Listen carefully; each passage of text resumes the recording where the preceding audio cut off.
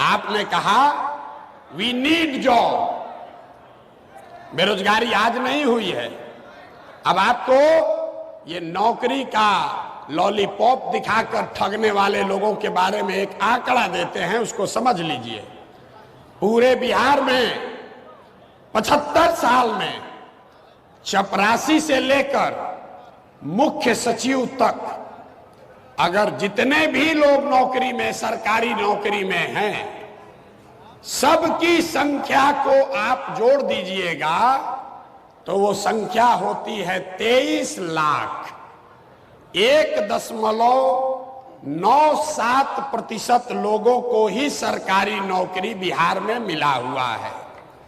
और आपको ये सब्ज बाग दिखाया जा रहा है कि हम आएंगे तो 10 लाख एक के बार दे देंगे। आप लोग पढ़े लिखे लोग हैं। 75 साल में 30 से ज्यादा सरकारों ने मिलकर 23 लाख नौकरी ही दिया है बिहार में। जाकर पढ़े लिखे आदमी है, चेक कर लीजिएगा। और लोगों को बताया जा रहा है कि हम तो साले भर में 10 लाख नौकरी दे देंगे। 98% बिहार के लोग, उनको सरकारी नौकरी नहीं है और बहुत हद तक उनको मिलेगी भी नहीं। लेकिन रोजगार जरूर होना चाहिए। उसको समझिए क्यों नहीं है रोजगार। रोजगार इसलिए नहीं है, यहां से पलायन इसलिए है कि यहां पर रोजगार के जो संभावनाएं हैं, उसको करने के लिए जो साधन सुविधा चाहिए, पूंजी पैसा चाहिए, वो आपके पास नहीं है। यहां बैठा हुआ जितना युवा है, आपको नौकरी नहीं मिले कोई बात नहीं है। अगर आपको खेती करने में मन नहीं लग रहा है कोई बात नहीं है। लेकिन अगर सरकार की ओर से आपको 5 लाख, 10 लाख, 2 लाख ऋण मिल जाए, कर्ज मिल जाए सस्ते दर पर, बिना किसी गारंटी के, बिना जमीन गिरवी रखे हुए, तो यहां बैठे हुए बहुत सारे लोग वो कुछ ना कुछ अपना रोजी रोजगार कर लेंगे। पूरे दुनिया, ताली मत बजाइए, पहले समझ लीजिए। पूरे दुनिया में लोगों ने रोजगार वैसे ही पाया है। अब आपको वो पूंजी यहां क्यों नहीं मिलती है, ये समझिए। जितने लोग अभी अंग्रेजी में ही बोले हैं, बहुत अच्छा लगा। चाहता हूं मैं कि बिहार का हर लड़का अंग्रेजी में बोले। बिहार में एक आपको जानकारी दे रहे हैं, इसको भी याद रखिए। रिजर्व बैंक ऑफ इंडिया हर साल एक आंकड़ा जारी करता है पूंजी के संबंध में, जिसको कहते हैं क्रेडिट डिपॉजिट रेशियो। मतलब बैंकों में आपने, हमने कितना पैसा जमा किया और बैंकों ने उसके एवज में आपको, हमको, सबको मिलाकर कितना पैसा वापस रोजी रोजगार के लिए दिया, घर बनाने के लिए दिया, गाड़ी खरीदने के लिए दिया, पढ़ाई करने के लिए दिया। इसको कहते हैं सीडी रेशियो। पूरे देश में सीडी रेशियो है 75% औसत। मतलब अगर सब लोग मिलकर बैंक में 100 रुपया जमा किए तो बैंकों ने 75 रुपया वापस दिया लोन के तौर पर, ताकि लोग रोजी रोजगार कर सकें। बिहार में 1990 से लेकर अभी तक सीडी रेशियो है 40%। नतीजा क्या हुआ? पिछले वर्ष पूरे बिहार की गरीब जनता ने बैंकों में जमा किया 4,61,000 करोड़ रुपया। 4,61,000 करोड़। अगर 75% पैसा आपको, हमको, समाज को ऋण के तौर पर मिलता काम करने के लिए, रोजगार के लिए, तो बिहार के लोगों को मिलता 2,80,000 करोड़ रुपया। लेकिन मिला कितना? 1,61,000। 1,61,000 करोड़। बाकी का पैसा कहां गया? बाकी का पैसा इन बैंकों ने बिहार से उन राज्यों में भेज दिया जहां उद्योग धंधे लग रहे हैं, जहां रोजगार हो रहा है, गुजरात में, कर्नाटक में, आंध्र प्रदेश में, तेलंगाना में, तमिलनाडु में, केरल में सीडी रेशियो 90 से ज्यादा है।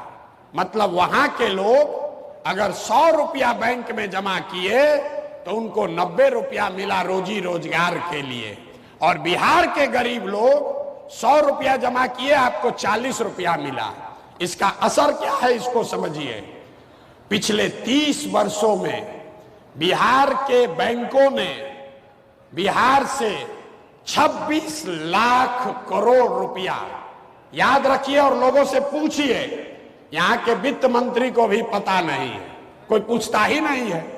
26 लाख करोड़ रुपया आपका हमारा ये पैसा दूसरे राज्यों में भेज दिया।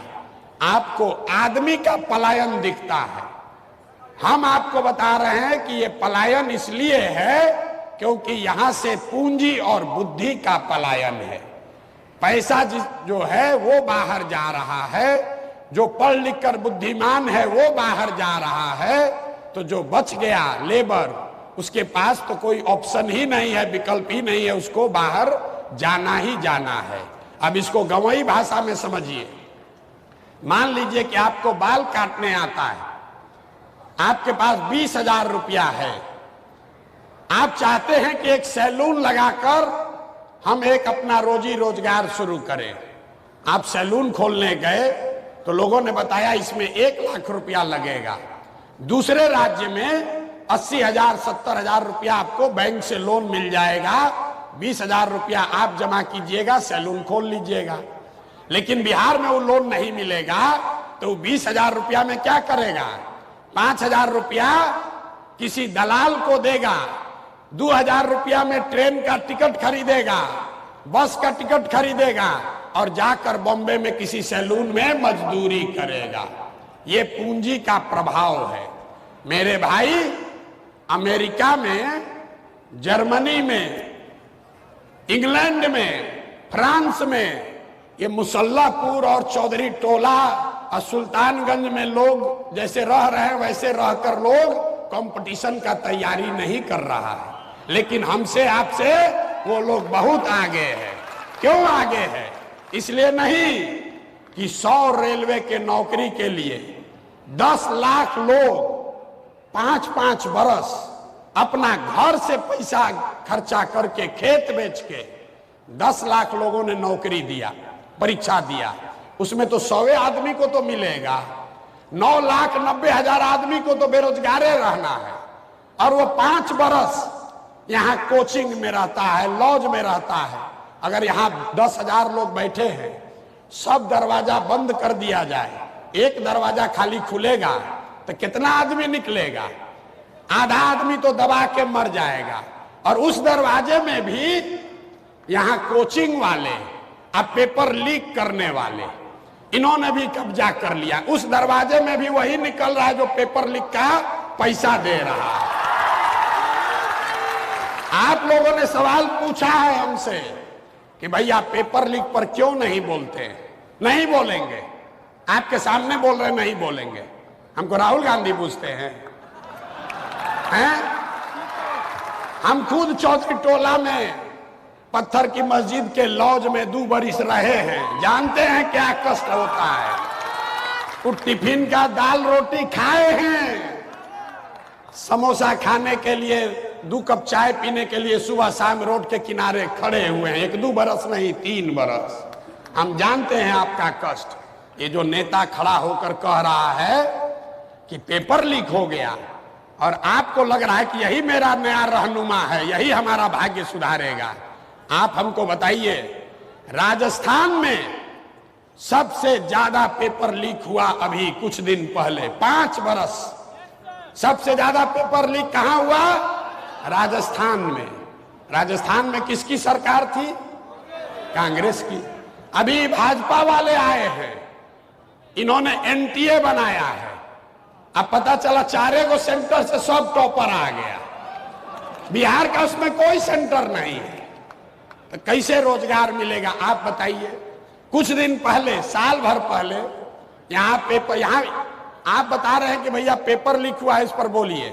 हम कह रहे हैं कि आप हमको वो परीक्षा बताइए जिसमें पेपर लीक नहीं हुआ, हम उसी पर बोलेंगे। है कि नहीं भाई? शायद कोई परीक्षा है जहां पेपर लीक नहीं हो रहा है। अब पिछली बार जब पेपर लीक हुआ, उसमें जो मुख्य आरोपी हैं उनका फोटो सबसे पहले छपा उस समय के शिक्षा मंत्री के साथ। और आप कह रहे हैं कैसे सुधरेगा? अभी वोट हुआ था 2 महीना पहले, तो आप यहां बैठे दूसरे लोग, हम सब लोग उसी नेता को विकल्प के अभाव में जाकर फिर जाकर उसी का बटन दबाए हैं। दबाए हैं कि नहीं दबाए? बोलिए, दबाए हैं कि नहीं दबाए? तो किसका गलती है? अरे आप जब चोर को ही तिजोरी का चाबी दे दीजिएगा तो लूटेगा नहीं, तो वहां पर अगरबत्ती दिखाएगा। हैं?